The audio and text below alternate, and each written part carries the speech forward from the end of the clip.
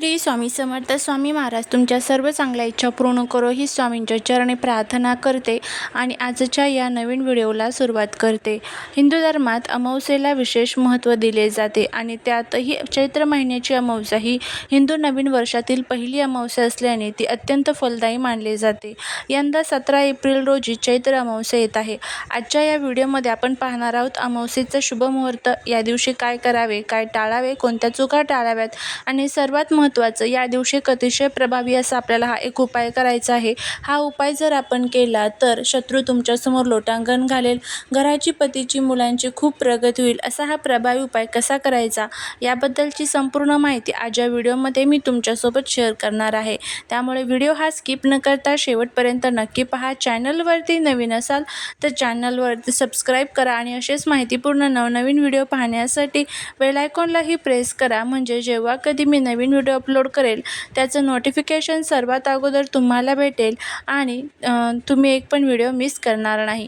त्याचबरोबर कमेंटमध्ये श्री स्वामी समर्थ लिहायला अजिबात विसरू नका.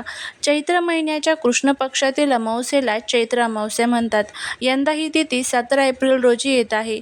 या दिवशी सकाळी लवकर उठून पवित्र नदीत स्नान करणे किंवा घरीच अंघोळीच्या पाण्यात थोडे गंगाजल टाकून स्नान करणे अत्यंत शुभ मानले जाते.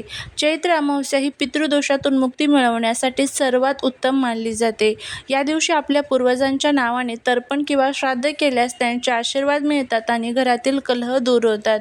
या दिवशी गरिबांना अन्न, वस्त्र किंवा काळे तीळ दान करणे खूप पुण्यकारक मानले जाते. अमावस्येला पिंपळाच्या झाडात विष्णू आणि लक्ष्मीचा वास असतो असे मानले जाते. त्यामुळे संध्याकाळी पिंपळाच्या झाडापाशी तेलाचा दिवा नक्की लावावा. जर तुमच्या कामात वारंवार अडथळे येत असतील तर या अमावस्येला हे उपाय नक्की करा. माशांना पिठाच्या गोळ्या खाऊ घालल्याने धनप्राप्तीचे मार्ग मोकळे होतात. अमावस्येच्या दिवशी काळ्या कुत्र्याला तेल लावलेली भाकरी खाऊ घातल्याने राहुकेतूचे दोष कमी होतात. घराचा मुख्य दरवाजावर आणि तुळशीजवळ दिवा लावल्याने नकारात्मक ऊर्जा दूर होते. अमावस्येच्या दिवशी काय करू नये? अमावस्येच्या दिवशी मांस, मदिरा आणि तामसिक अन्नाचे सेवन करू नका. कोणाशी वाद घालू नका किंवा अपशब्द बोलू नका. अमावस्येच्या रात्री उशिरापर्यंत बाहेर निर्जन ठिकाणी फिरणे टाळावे, कारण या काळात नकारात्मक शक्ती अधिक सक्रिय झालेल्या असतात. यंदाची अमावस्या खूपच खास आहे, कारण या दिवशी अनेक वर्षांनंतर अतिशय दुर्मिळ आणि शुभ योग जुळून येत आहे. हे योग नेमके कोणते आहेत आणि या दिवशी काय केल्याने तुम्हाला अक्षय पुण्याची प्राप्ती होईल हेही आपण आज पाहणार आहोत. त्यामध्ये चैत्र अमावस्येला विक्रमी अमावस्या असंही म्हणतात, कारण पहिले पितृ कार्य या दिवशी केले जाते. पापमुक्ती आणि स्नान या दिवशी केले जाते.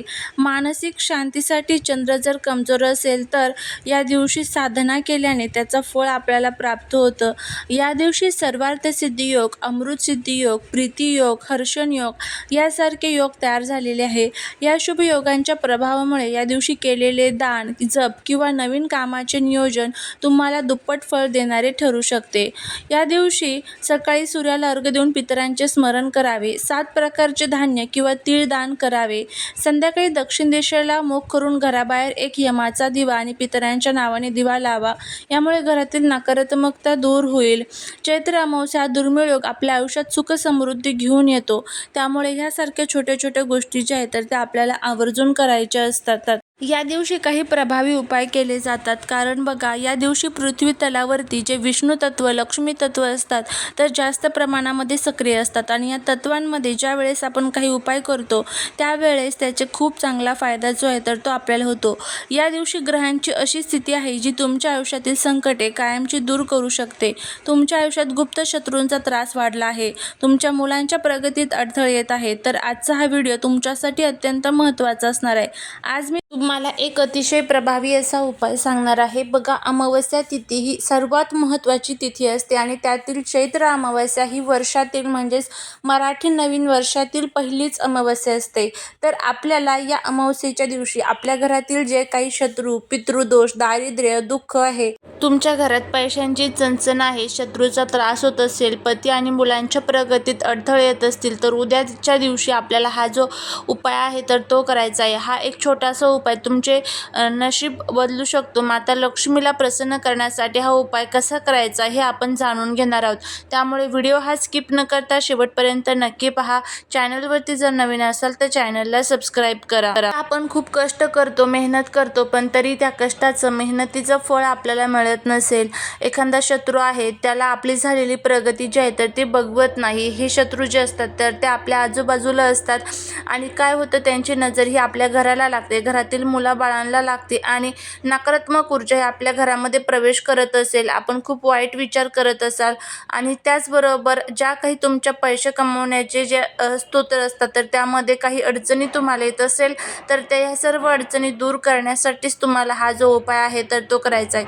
अगदी साधा सोपा उपाय आहे. तर आता काय करायचं आहे तर ते आपण बघूया. अगदी साधा उपाय आहे. फक्त घरामध्ये हा उपाय करत असताना एक गोष्ट लक्षात ठेवायची, खूप श्रद्धेने आणि खूप विश्वासाने तुम्हाला हा उपाय करायचा आहे. ज्या वेळेस आपण एखादा उपाय करतो, एखादी सेवा करतो तर ती विश्वासाने आणि श्रद्धेने करणं तितकंच महत्त्वाचं असतं. तर आता हा उपाय कसा करायचा आहे तर ते आपण बघूया. यासाठी तुम्हाला माहितीच असेल की माता लक्ष्मीला तुळसी अत्यंत प्रिय आहे. तर अमावस्येच्या दिवशी तुळशीची सेवा केल्याने भगवान विष्णू आणि लक्ष्मी दोघांचाही आशीर्वाद प्राप्त होतो. अमावस्येला तुळशीची पाने तोडू नये, त्यामुळे आधीच गळून पडलेले पान वापरावे किंवा आदल्या दिवशी काढून ठेवावे. त्यामुळे तुम्ही आजच तुळशीचं पान काढून ठेवा किंवा उद्या तुळशीपाशी खाली गळून पडलेले एखादं पान असेल तर ते सुद्धा घेऊ शकता. आता उपाय करण्याची विधी काय आहे, एक तुळशीचं पान घ्या. आता जर तुम्हाला शक्य असेल तर हाच उपाय तुम्ही बेलपत्राच्या पानावरती सुद्धा करू शकता. जर तुम्हाला तुळशीचं पान तुम्ही तोडलं नसेल किंवा खाली जर पडलेलं पान नसेल तर त्याऐवजी तुम्ही बेलपत्राचं पान सुद्धा घेऊ शकता. पिवळे चंदन आणि थोडासा गूळ घ्या. संध्याकाळी आंघोळ करून स्वच्छ कपडे परिधान करा. तुळशीच्या पानावर किंवा पिवळ्या चंदनाने ह्रीम किंवा श्री हा जो मंत्र आहे तर तो लिहायचा आहे.